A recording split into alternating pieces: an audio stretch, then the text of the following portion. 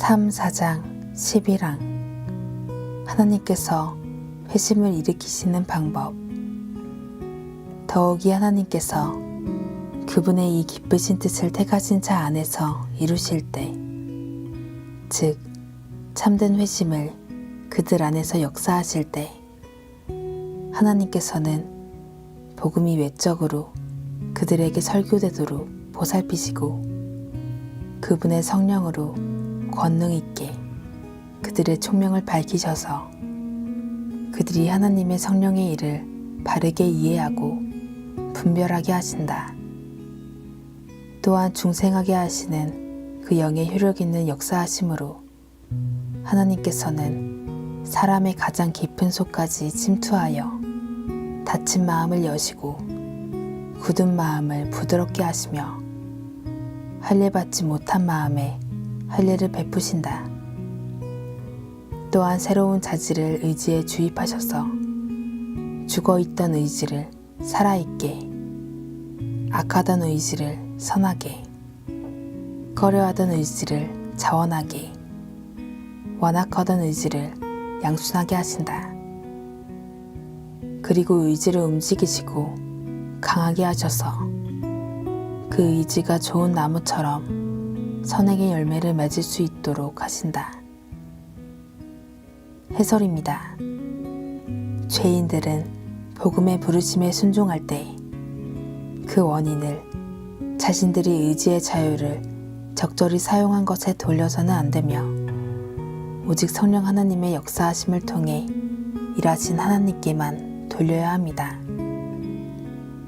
오직 주권적 은혜만이 하나님의 백성이 구원받는 이유를 설명해 줍니다. 이단 알미니우스 주의자들은 하나님께서 모든 사람에게 보편 은혜 또는 처음 은혜를 주셔서 사람으로 하여금 스스로 두 번째 은혜 또는 실제 은혜, 즉 하나님의 구원하시는 은혜를 받기에 합당한 자가 되도록 한다고 가르쳤습니다. 하지만 진실은 사람이 의지의 자유를 사용한다면 결코 복음에 순종하지 않을 것이라는 사실입니다. 사람은 결코 스스로 회개하고 주 예수 그리스도를 믿을 수 없습니다. 사람은 하나님의 원수이기에 언제나 복음을 거절합니다. 3,4장 11에서 12항은 중생 또는 회심의 본질과 특성을 다룹니다. 도르트의 우리 선조들이 회심과 중생을 번갈아가며 쓰는 것에 주목하십시오. 우리 선조들은 회심이라는 말을 중생에 뒤따르는 생명을 뜻할 뿐 아니라 첫 시작 또는 거듭남을 포함하는 의미로 썼습니다. 죄인이 회심하거나 중생할 때 무슨 일이 일어납니까? 전 존재가 새로워집니다. 이것은 항상 성령 하나님의 구원하시는 사역의 결과입니다. 로마서 6장 17절에서 바울은 로마의 기독인들이 한때 죄의 종이었으나 그들에게 전하여 준 바 교훈의 본을 마음으로 순종한 것에 대해 주님께 감사합니다. 로마의 기독인들이 순종했다는 것은 의지가 관련되어 있다는 것을 의미합니다. 마음으로라는 말은 정서나 감정이 관련되어 있다는 것을 보여줍니다.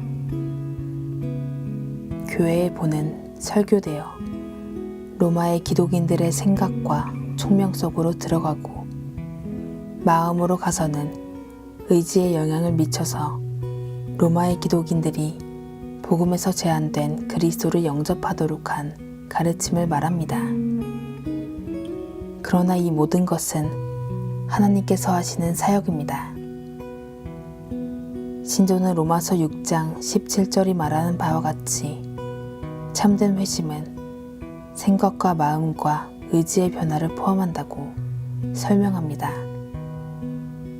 에베소서 1장 17절에서 사도 바울은 지혜와 계시의 영을 에베소 교회에 주사 하나님을 알게 하시고 하나님의 뜻을 이해하게 해주시기를 기도합니다. 새신자들은 종종 성령 하나님께서 그 사람들의 눈을 열어주신 사람들로 그려집니다. 죄인의 생각을 밝히시는 이 사역이 일어나지 않으면 죄인은 구원받지 못합니다. 회심은 총명에서 시작합니다.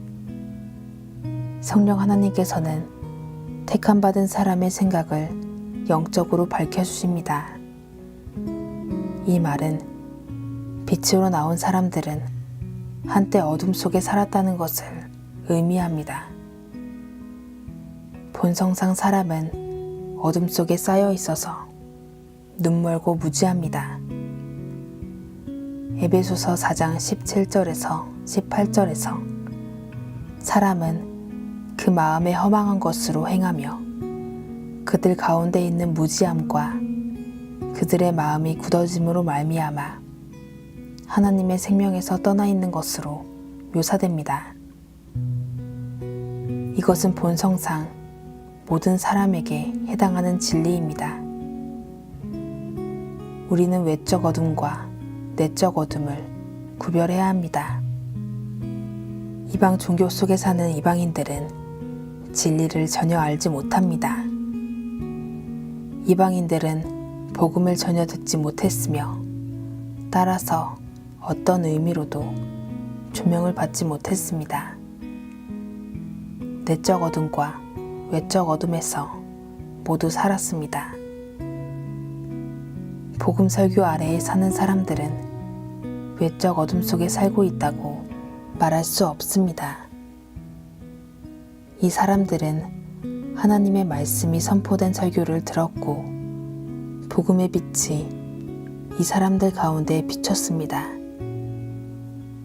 그러나 그것 자체로는 내적 어둠을 제거하지 않습니다. 빛이 매우 밝게 빛날 수 있지만 눈이 먼 사람은 빛을 보지 못합니다. 당신이 화창한 날에 밖에 나가면 밝게 비치는 햇빛을 볼 수 있지만 이는 눈이 볼 수 있을 때뿐입니다. 눈이 먼 사람은 햇빛이 비치는 것과 구름이 덮인 것을 구별하지 못합니다. 영적인 것도 그러합니다. 복음의 빛이 비칠 때 그 빛을 보려면 반드시 우리의 눈이 열려야만 합니다. 성경은 빛이 어둠에 비치되 어둠이 깨닫지 못하더라고 요한복음 1장 5절에 말합니다. 이 말씀은 그리스도께서 자신들 앞에 나타나셔서 외적으로는 빛을 보았지만 영적인 의미로는 이해하지 못한 자들을 향한 말씀입니다. 이처럼 성경을 알지만 여전히 눈먼 자일 수 있습니다. 발람은 진리에 대해 많은 것을 알았지만 완전한 어둠 속에서 죽었습니다. 하나님의 영이 우리에게 빛을 비추시기 전까지 우리는 하나님의 일들을 전혀 분별하거나 인식하지 못합니다. 예수님께서는 니고데모에게 사람이 거듭나기 전에는 하나님 나라를 볼 수 없다고 말씀하셨습니다.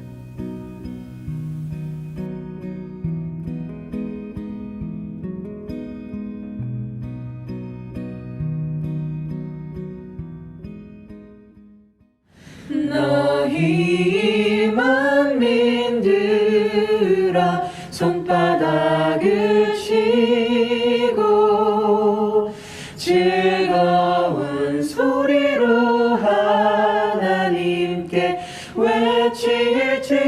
할렐루야다. 지존하신 여호와는 어미하시고 온 땅에 그